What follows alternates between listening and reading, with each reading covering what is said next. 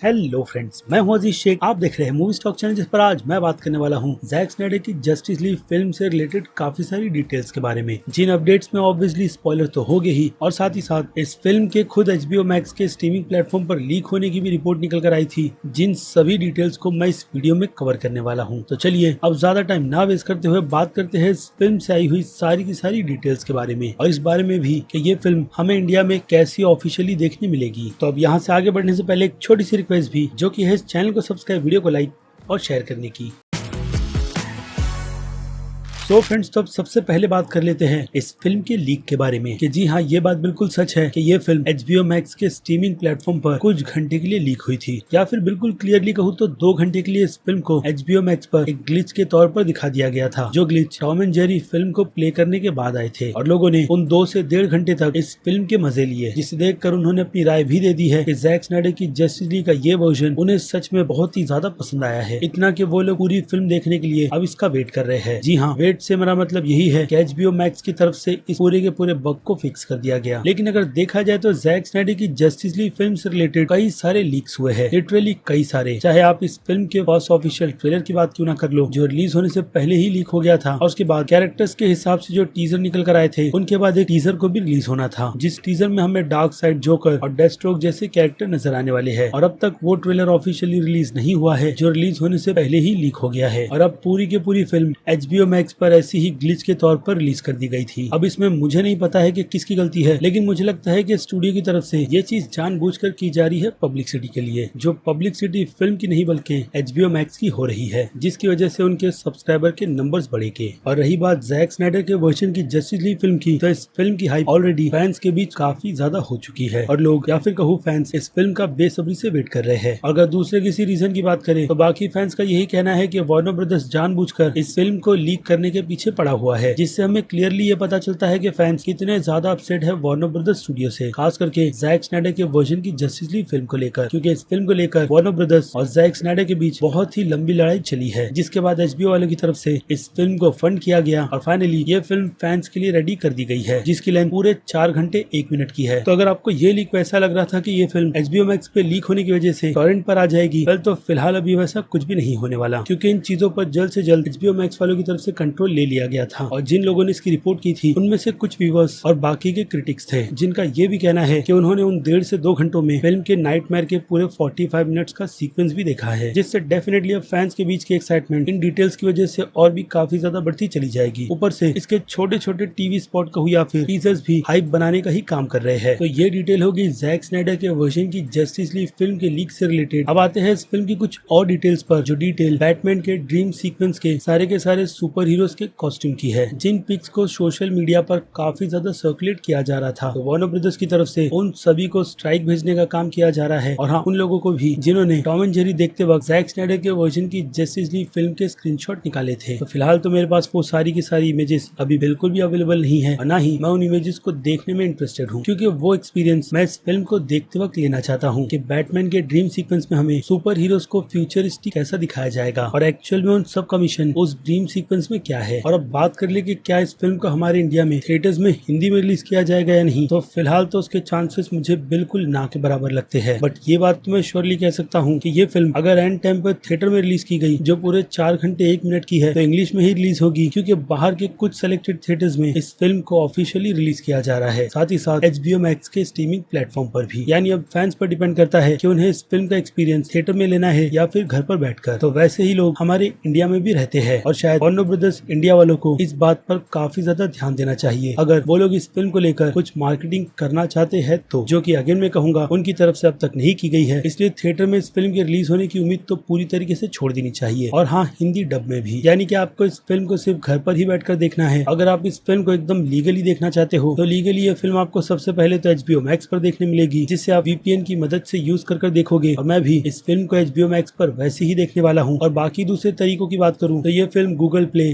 iTunes, YouTube, हंगामा play और book माई show के स्ट्रीमिंग प्लेटफॉर्म पर रिलीज की जाएगी, जहां पर आप इस फिल्म को बाय या फिर रेंट कर सकते हो। अब मुझे लगता है कि आपको बाय के ऑप्शन पर क्लिक कर इस फिल्म को खरीदना चाहिए, क्योंकि वो रेट आई थिंक 800 से 1000 रुपए का होगा। और रही बात रेंट की, तो बुक माई शो वालों की तरफ से इस फिल्म के रेंट को अभी के लिए तो 150 का बताया जा रहा है। बाकी डिटेल मेरे पास फिलहाल तो अभी अवेलेबल है नहीं, लेकिन इतनी डिटेल देने के बावजूद भी मुझे पता है कि काफी लोग इस फिल्म को इनलीगली डाउनलोड कर ही देखेंगे, क्योंकि उन्हें पायरेसी को ज्यादा सपोर्ट करना अच्छा लगता है, ना कि ऑफिशियली किन्हीं चीजों को सपोर्ट करना। लेकिन मेरा काम है आपको अपडेट देने का, जो मैंने आपको दे दिया है फिल्म के रिलीज से रिलेटेड। ये फिल्म हमें 18 तारीख के ही दिन इन सभी के सभी स्ट्रीमिंग प्लेटफॉर्म पर देखने मिलेगी। और हाँ, इसके अलावा इस फिल्म को ब्लैक एंड व्हाइट वर्जन में भी रिलीज किया जाएगा इस फिल्म के ऑफिशियली रिलीज के बाद, जिसकी अब तक ऑफिशियली रिलीज डेट कंफर्म नहीं की गई है। और उस ब्लैक एंड व्हाइट फिल्म के टाइटल को जस्टिस इज ग्रे दिया जाएगा। तो अब इन डिटेल से हटकर आते हैं फिल्म की कुछ ऑफिशियल अपडेट्स पर, जो खुद फिल्म के डायरेक्टर जैक स्नाइडर ने वैरायटी और IGN जैसी वेबसाइट वालों को इंटरव्यू देकर कहा है, जैसे कि उनके प्लान्स इस फिल्म को लेकर फ्यूचर के क्या थे। कल तो उस आइडिया में जैक स्नाइडर ने सबसे पहले जो डिटेल दी थी वैरायटी वालों को, वो यही थी कि वो सुपरमैन को मारने के बाद लुइस लेन का चक्कर ब्रूस वेन से चलाने की सोच रहे थे, यानी कि उन दोनों की लव स्टोरी, जिसमें एक तरफा प्यार ब्रूस वेन का होगा लुइस के लिए, जिसमें ब्रूस को ये भी पता चलेगा कि सुपरमैन के बिना इस दुनिया को बचाया नहीं जा सकता। यानी कि इस आइडिया में ब्रूस वेन को सुपरमैन की मौत का बहुत ज्यादा पछतावा है, जिस गलती को वो पूरी तरीके से ठीक करना चाहता है। लेकिन जैसे ही जैक स्नाइडर ने यह आइडिया स्टूडियो को सुनाया, तो उन्होंने इस प्लान को पूरी तरीके से रिजेक्ट कर दिया कि स्टूडियो ऐसी किसी भी स्टोरी को इस फिल्म में फिलहाल तो इन्वॉल्व नहीं करना चाहता। जिस पर काफी बड़ी डिटेल वीडियो बनाकर मैंने आपको बताया था कि कैसे उस टाइम पर जेफ जॉन और जॉन बर्ग ने जैक स्नाइडर के इस सपने को पूरा नहीं होने दिया था, जिसके बाद उन दोनों को अपनी नौकरी खोनी पड़ी थी और फिल्म के दूसरे बुलाए गए डायरेक्टर जॉश वेडन का करियर बर्बाद हो गया। और जैक स्नाइडर की रीजन की बात करें तो उन्होंने इस फिल्म को अपनी फैमिली गेट ट्रेजेडी के चलते छोड़ा था, जिस पर वो फिर से फैंस के कहने पर रिटर्न आए, और हाँ, स्टूडियो यानी कि HBO के कहने पर भी। और इस फिल्म को बनाने के लिए जैक स्नाइडर ने एक भी रुपए चार्ज नहीं किए हैं स्टूडियो से। वो बस फैंस को वो देना चाहते हैं जिसका वो लोग कई साल से वेट कर रहे हैं। लेकिन आपको ये भी याद रहना चाहिए कि 4 घंटे 1 मिनट की ये फिल्म पूरी तरीके से खत्म नहीं होगी, जो बात खुद जैक स्नाइडर ने भी कंफर्म की है। इनफैक्ट इस फिल्म को काफी क्लिप हैंगर पर खत्म किया जाएगा, जो हमें टीज करेगी इसके अगले पार्ट के लिए। और उसके बाद इसका पोस्ट क्रेडिट सीन फैंस के होश उड़ाने वाला है जैक स्नाइडर के अकॉर्डिंग। जी हाँ, क्योंकि जैक स्नाइडर ने ये बताया है कि इस फिल्म के पोस्ट क्रेडिट सीन में किसी सुपर हीरो का एक बहुत ही जबरदस्त कैमियो है। अब वो कैमियो किसका है उसका तो नाम उन्होंने नहीं बताया, लेकिन ये टीज ही काफी है फैंस की हाइप बढ़ाने के लिए। और अगर इस फिल्म के ओरिजिनल प्लान की बात करें, यानी कि जैक स्नाइडर के वर्जन की पूरी कितनी जस्टिस लीग फिल्म हमें देखने मिलने वाली थी, तो वो नंबर थे टोटल 3 पार्ट्स के, जो बिल्कुल बैक टू बैक कनेक्टेड रहते। और इसकी कंपैरिजन जैक स्नाइडर ने film Lord of the ring की तरह की है, कि वो स्टोरी कुछ इसी तरीके से लोगों को प्रेजेंट करना चाहते थे, यानी कि जस्टिस लीग की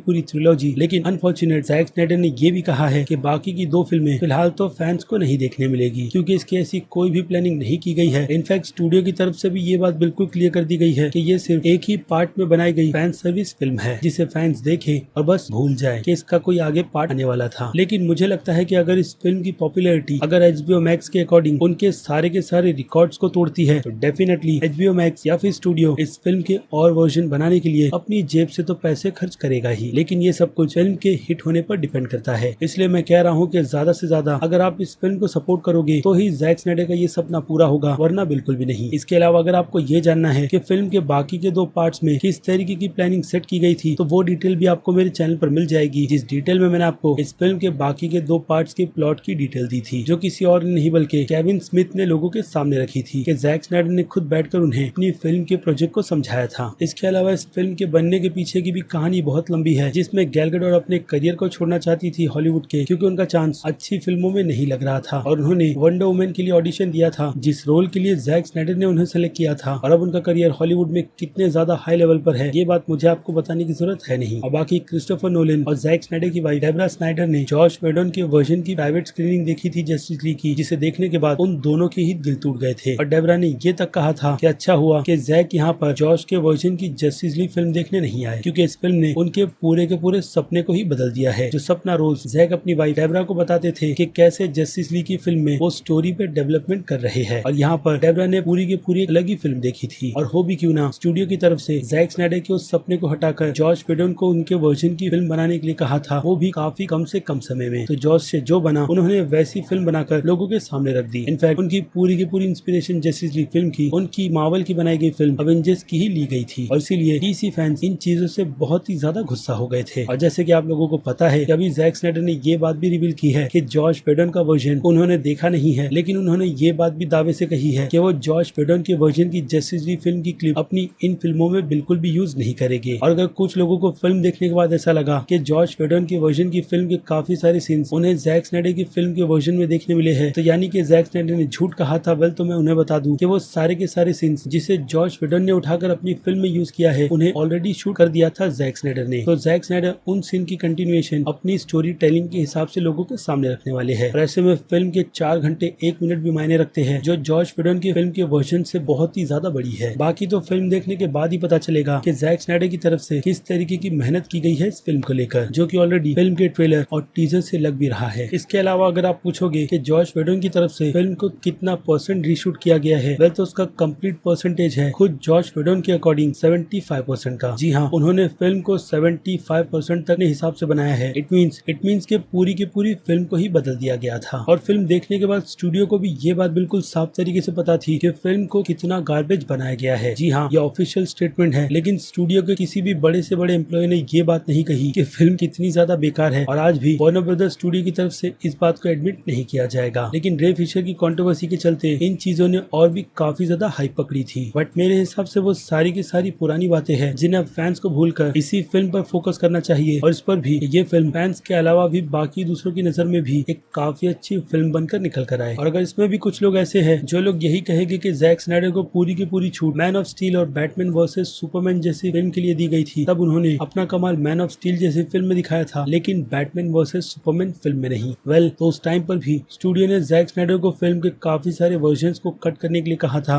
जिसके बाद जब जैक स्नाइडर ने उसे ग्रीन लाइट नहीं दी तो स्टूडियो ने अपने हिसाब से उस फिल्म को एडिट कर दिया। और रिजल्ट में वो फिल्म क्रिटिकली फ्लॉप हुई और बॉक्स ऑफिस के नंबर भी उस फिल्म के लिए उतने ज्यादा ग्रेट निकल कर नहीं आए। लेकिन बाद में उन सभी के सभी क्रिटिक्स का मुंह जैक स्नाइडर ने अपने फुल वर्जन को रिलीज कर बंद किया था, जिसे ब्लूरे में एक्सटेंडेड कट के नाम से रिलीज किया गया था। और उस फिल्म में जिस तरीके की इन्वेस्टिगेशन बैटमैन और लुइस की तरफ से की जाती है, वो इन्वेस्टिगेशन देखने में बहुत ही ज्यादा मजा आता है, जिसके एंड का रिजल्ट अगेन आप सभी को पता है कि एंड में फिल्म के क्या होता है और इनमें से कौन जीतता है और कौन हारता है। खैर, तो टाइम है वीडियो को खत्म करने का। और रही बात इस फिल्म के काफी छोटे छोटे टीजर्स की, तो उनका ब्रेक डाउन मैं बिल्कुल भी नहीं करने वाला, क्योंकि ऑलरेडी फिल्म के दोनों ट्रेलर्स पर काफी बड़ी बड़ी वीडियोस बनाकर मैंने आपको फिल्म की काफी सारी जानकारी दे रखी है। ऊपर से फिल्म को रिलीज होने के लिए भी ज्यादा टाइम नहीं बचा है, इसलिए बस आप स्टूडियो की तरफ से जो भी टीजर्स को रिलीज किया जाता है, आपको उनके मजे लेने चाहिए, बाकी मर्जी आपकी। तो मेरा काम यही तक था, आपको इस फिल्म से रिलेटेड सारी की सारी जानकारी देने का। बाकी अगर आपको ये वीडियो जरा से भी पसंद आया है तो मेरे इस वीडियो को लाइक करना बिल्कुल भी मत भूलिएगा, ताकि मुझे मोटिवेशन मिलती रहे इस टाइप के कंटेंट को अपने चैनल पर कंटिन्यू रखने की। और अब चलिए खत्म करते हैं वीडियो को यहीं पर। मैं हूं अजीज शेख, आप देख रहे थे मूवी स्टॉक चैनल, जिसे अगर आपने अभी तक सब्सक्राइब नहीं किया है तो सब्सक्राइब कर लीजिए और बगल में बने हुए इस बेल आइकन के साथ साथ नोटिफिकेशन को ऑल पर क्लिक कर दीजिएगा। इससे होता यह है कि मैं अपने चैनल पर जब भी कोई नई वीडियो अपलोड करता हूं, आपको उसकी नोटिफिकेशन सबसे पहले मिलती है। और अब मैं मिलूंगा जल्दी आपसे दूसरी किसी वीडियो में किसी और फिल्म या फिर किसी और सीरीज का टॉपिक पर बात करते हुए। तब तक के लिए आप मेरे चैनल के बाकी दूसरे वीडियोस को एंजॉय कीजिए और टिल देन बाय।